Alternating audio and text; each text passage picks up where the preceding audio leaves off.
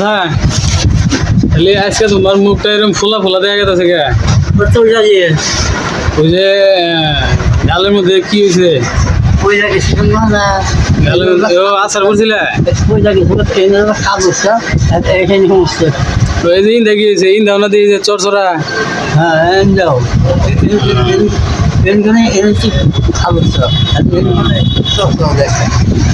আচার করছিলে না পা পিছলে যে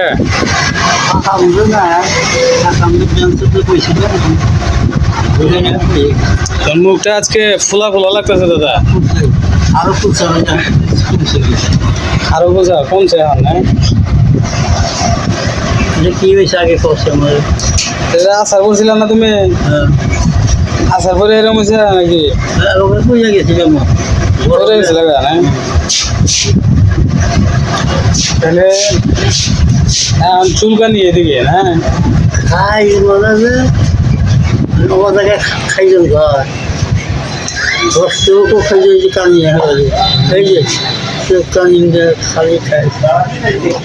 তাহলে তো তোমার ভালো মানের একটা মলম লাগবো, এদিকে আরেকটা ট্যাবলেটও লাগবে, এদিকে 2 কিলো জানি কানিয়ে পাকা পাকা বোঝা গেছে খাই দোকানি খায়।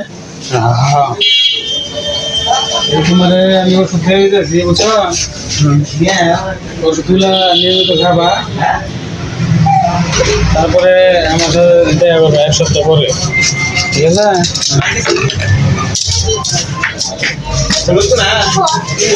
আমি 1 সপ্তাহ দিয়ে দিতেছি ওখানে।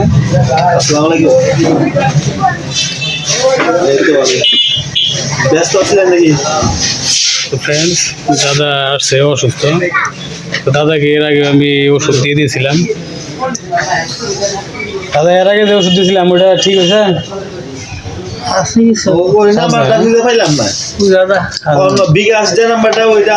আচ্ছা আমি ওষুধ তোমার দিয়ে দিয়েছি। ব্যথা আছে ওদিকে? ব্যথা করে কি? ব্যথা আছে? হ্যাঁ ব্যস্তা বিষ খাইস